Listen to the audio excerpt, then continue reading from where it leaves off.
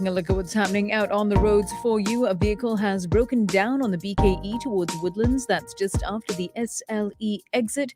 Also, reports of an accident on the AYE towards Tuas before Normanton exit, causing congestion all the way up until Lower Delta Road exit. If you're there, you'll want to avoid lane 2. Also, reports of heavy traffic on the CTE towards the AYE at the PIE Changi exit. If you see anything on the roads that we might have missed, you can share it with us via SMS or WhatsApp at 8855-0893. But please send the message through only when you are safely parked. You're with Money FM 89.3.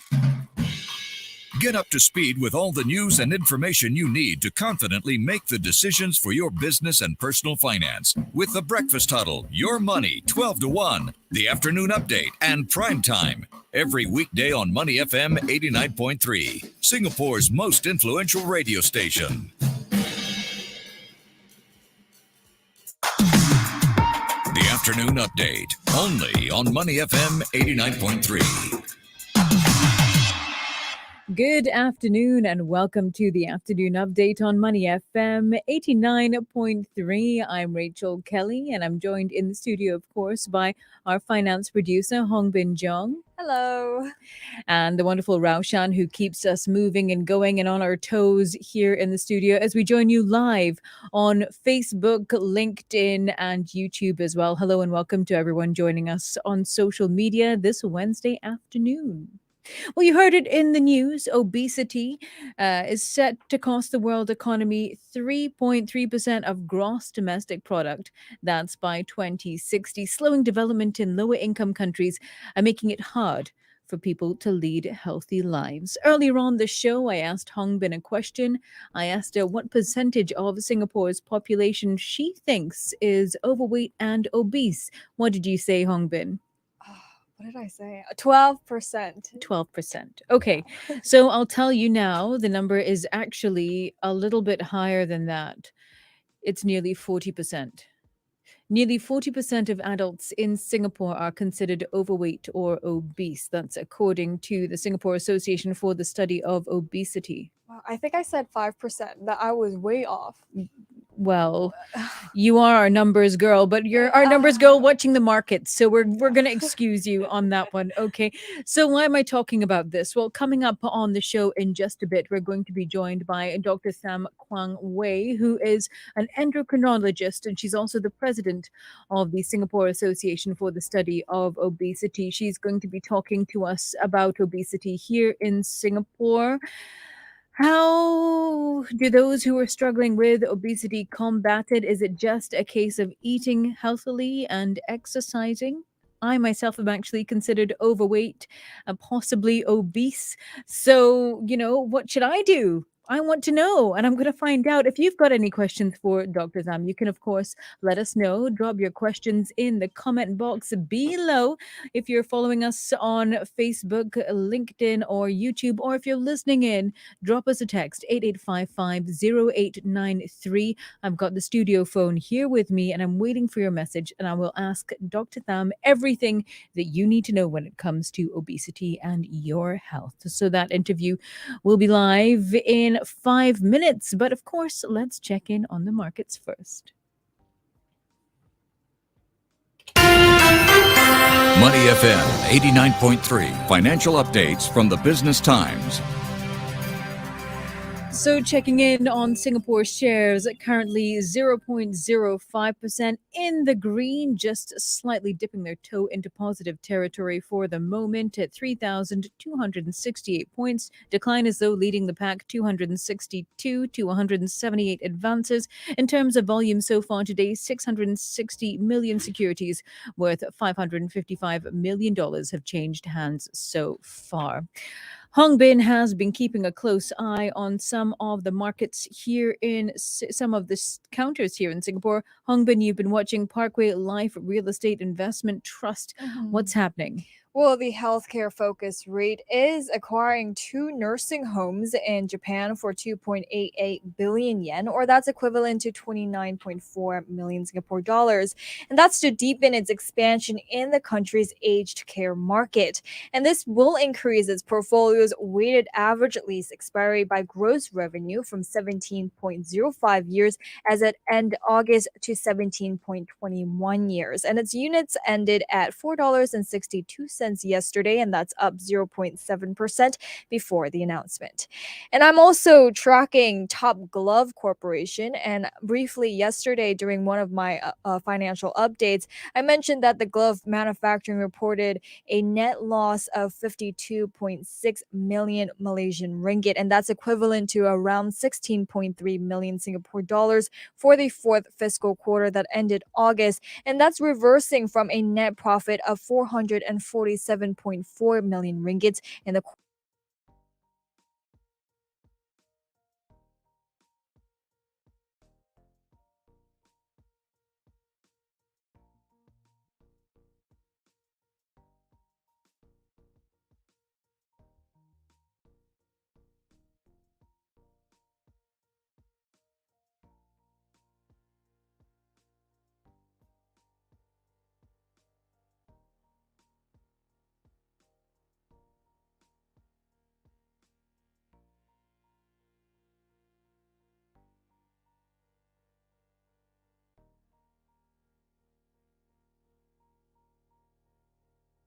about 60 million US dollars. And that's to meet rising demand in Asia's offshore wind farm industry. And its construction will be funded through existing resources and borrowings. Okay. Just a shout out to some of our viewers that are joining us on Facebook. Hello, Alden. Hello, Justin. Thanks for tuning in again today. Let us know if you've got any questions for Dr. Tham's interview coming up in just a bit. We're going to be talking about obesity in Singapore. What do you want to know? Let us know in the comments below or text us 88550893.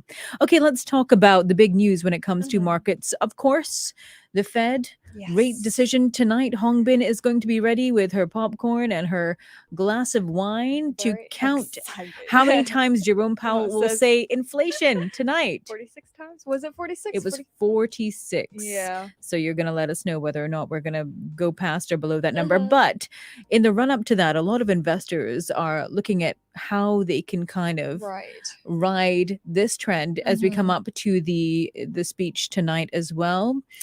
And some market watchers are placing a warning for those investors that are looking to place bids. What are they saying, Hongbin? Yeah. So some investors, they have a message for anyone looking to bet big before one of the most pivotal Federal Reserve policy meetings of this year. It's don't or risk getting burned. So experts are saying to close shorts on equities and bonds. Okay. Okay, as the next 24 hours are so uncertain when the market has already worked itself into such a pessimistic lather into the meeting.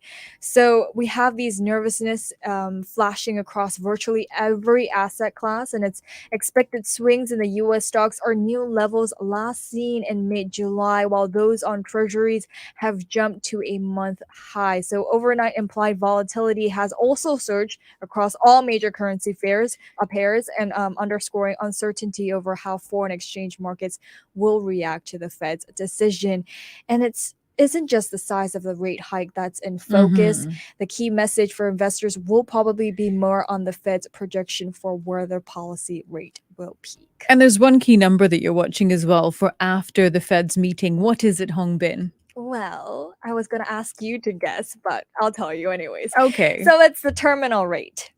So terminal rate is where the Fed forecasts rates ending either this year or the next. So technically, the terminal rate is defined as the peak spot where the benchmark interest rate is. The Federal Reserve So the benchmark interest rate will come to the rest before the central bank begins trimming it back. So this terminal rate is not just a number, it's but a planning point for an uncertain time, and that's according to a lot of experts. And that's because the federal funds rate carries all kinds of financial consequences.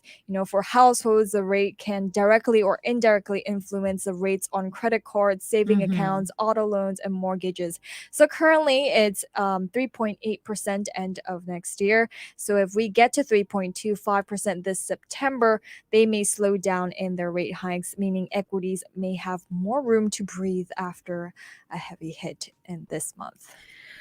Okay, and speaking of room to breathe, we'd like to end Yes. this segment with some money tips for our listeners and our viewers, for all of you joining us today. And this one caught my eye. It's on CNBC, and it's a millionaire sharing 4 unpopular money rules that made him rich. So let's start off and take a look and see what number 1 is. And he says, don't make big purchases unless you have 2 times its price saved. Okay. Okay.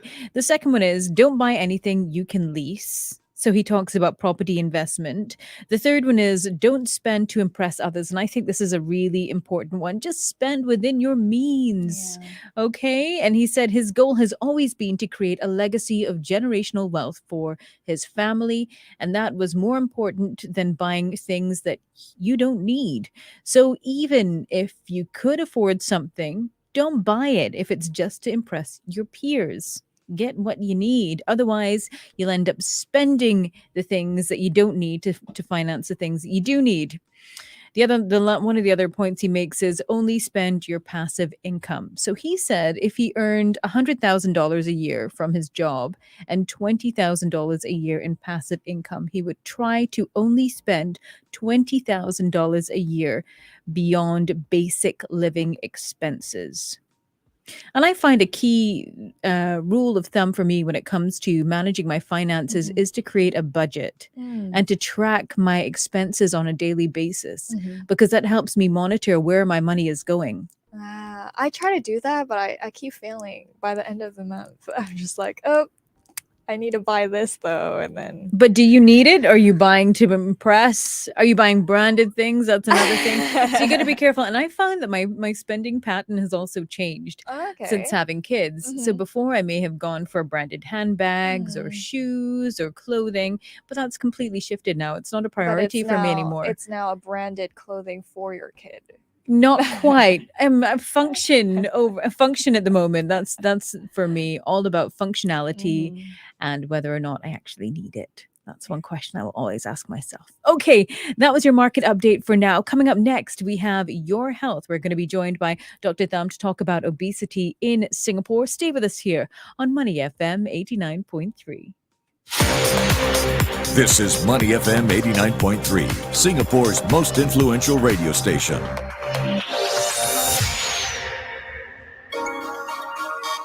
Keeping you company through your workday. Money FM 89.3. Your Health on Money FM 89.3. Thanks for staying with us here on Money FM 89.3. I'm Rachel Kelly. Now, the World Health Organization has recognized obesity as a serious chronic disease and says more needs to be done to place obesity at the top of the health agenda. Here in Singapore, nearly 40% of adults are considered overweight or obese.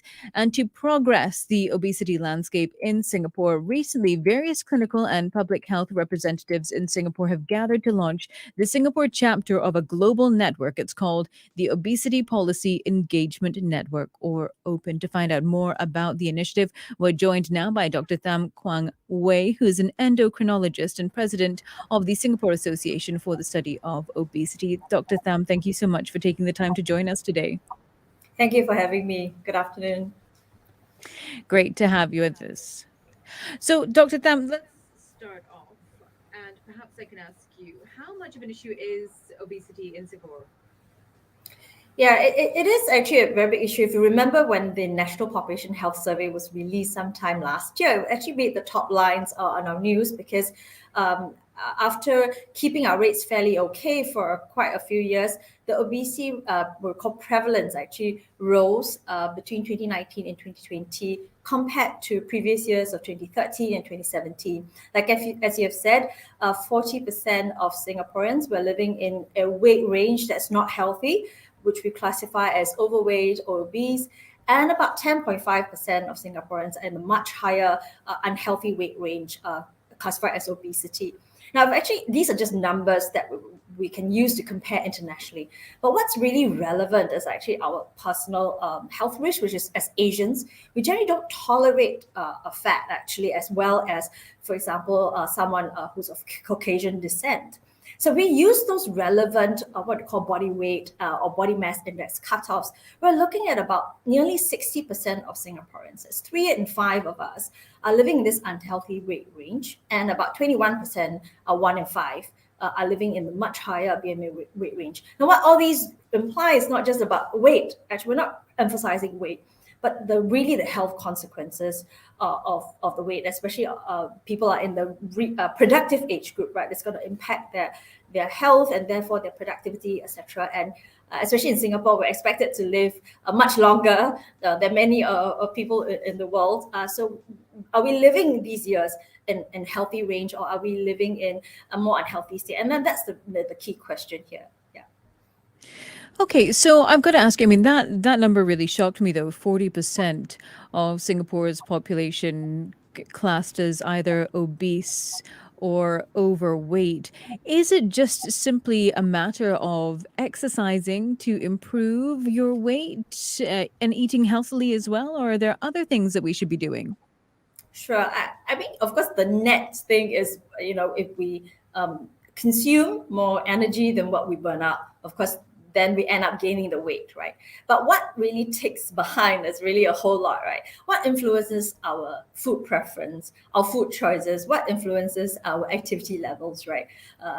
That's actually what often we miss. And I would say the elephant in the room in that sense, because we're always talking about you got to eat less, you got to exercise more, but what influences all this is what we also address. For example, stress levels. For example, the last few years, a lot of us are working from home. We're so sedentary. We're zooming. We're really barely moving, and with all that stress and change, it might trigger people then to eat differently, sleep differently.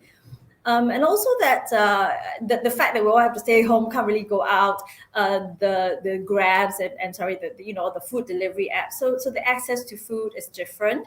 And many things like medical conditions or genetics, they all play a part. And exactly what you talk I'm about, going to ask you, inflation, Dr. food Tham, prices. what about Yes, hormones? So, say, for example, I've just had yes, 2 kids and I'm finding it yes. really, really hard to shed that weight. Regardless of how much I diet, how much I exercise, it's just not moving. So, for those people who are in a similar situation, what would you recommend? Sure. I think especially when people have had kids, I think a lot of times it's your life, your routine is quite disrupted. So it could be sleep, that's disrupted. That could be making it harder for you to shed those What is pounds. sleep? What is sleep? Yeah. So of course, adequate sleep, quality of sleep, it's also plays a very big part here. And also after a certain age, obviously our metabolism rate drops. And especially with women after we hit menopause, again, there's a whole different change in what we call hormones, and it does play a part here. Now, of course, there are ways to deal with that. I mean, like we can go into that. Of course, there are also types of diets, the way we structure our food intake, our activity levels. It doesn't just have to be only exercise. And obviously, if really can't move that much weight or where we want ourselves to be, medications and etc. Even sometimes using psychological therapies are needed there as well. Okay, and it's interesting you mentioned types of weight because you read a lot about whether there are diets that are linked to your blood type or diets that are customized to yourself. I mean, individualized diets. How much do they work? I mean, what would you recommend? What is the basic level or activities that people should be doing to help bring down their weight if they are overweight or obese? Sure. I think at the end of the day, it really depends on how much weight we need to lose. All right. Then we will try to. So let's say you want to lose 5 kgs, and then we work towards that goal. Now, in terms of diet, there is really no one right diet for everyone. What's important is a safe diet. So some people can go on the starvation diets and end up actually having malnutrition, or they might go on some very crash diets, and sometimes that can predispose them to other issues, for example, kidney stones, etc. Especially if their health is predisposed to that. Or even people with diabetes and pre-existing disease, we got to be more careful then. Now, in general, just cutting the amount of calories and intake is very important. And how we get there, now some people may say, I want to reduce my carbohydrate intake. That might be easier. I want to do a time-restricted eating, which is I don't eat for 12 to 16 hours, or commonly known as intermittent fasting. Some people want to do what I call very low-calorie diets with meal replacements. These are all strategies that kind of can get there, right? It's sort of how I think what's relevant is how you invest your money. It's just how you want to do it to get there, right? So it's the method. Then the most important thing is we can stick to that method, right? So what you can stick to is actually usually the most successful method, because we're not just looking at short-term weight loss. We're looking at what you can come in the kind of long-term returns, right? Like how long can we sustain this diet and keep that weight off? Because it's health at the end of the day that we're trying to gain through the weight loss.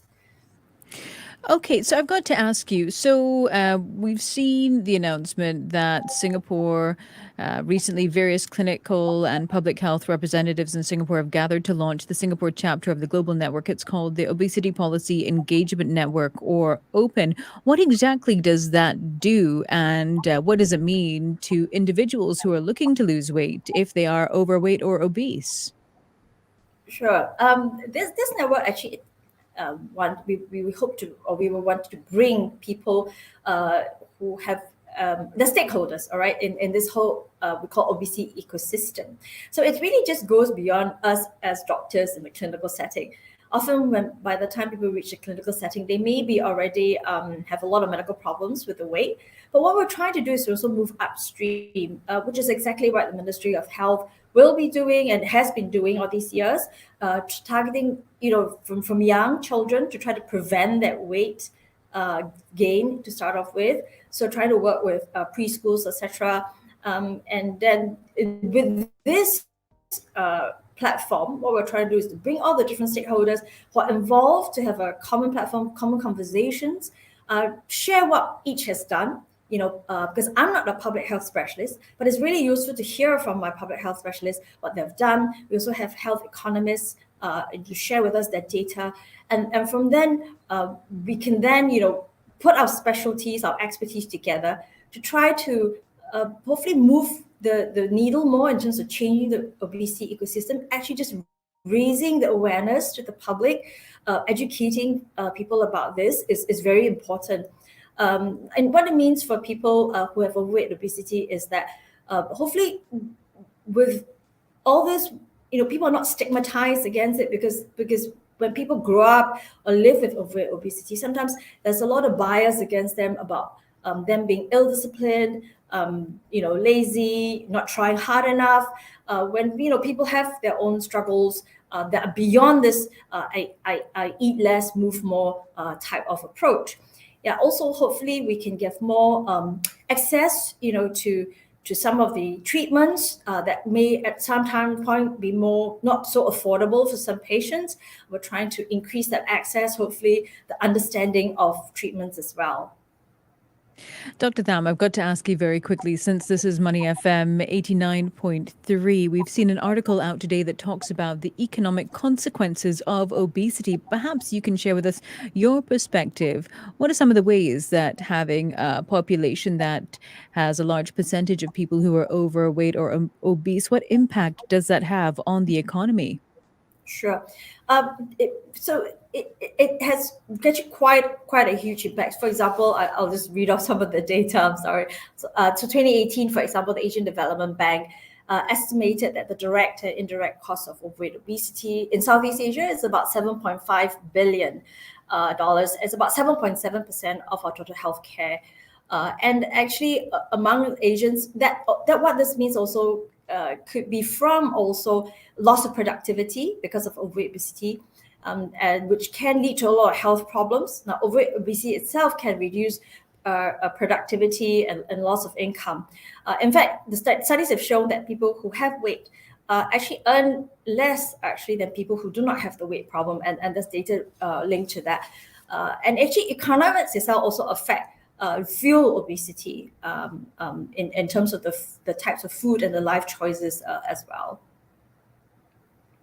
Okay, Dr. Tham. Well, thank you so much for taking the time to speak with us today. Thank you for having me on. Thank you. Thank you. We've been speaking with Dr. Tham Kwang Wei, endocrinologist and president of the Singapore Association for the Study of Obesity, on obesity here in Singapore. We're going to post this podcast up on the Money FM 89.3 website. You can go and check that out. Go and look for us, the afternoon update. This will also be available on our YouTube channel, Facebook, and LinkedIn. So don't forget to go and find us, follow us, like and share. You are listening to Money FM 89.3. We've still got half an hour left of the show. Hong Bin will be up in just a moment with more market news after the headlines. Prime time, of course, is up next at 4 p.m. as well. Stay with us here on Money FM 89.3. We are Singapore's most influential radio station. Money FM 89.3. Money FM 89.3.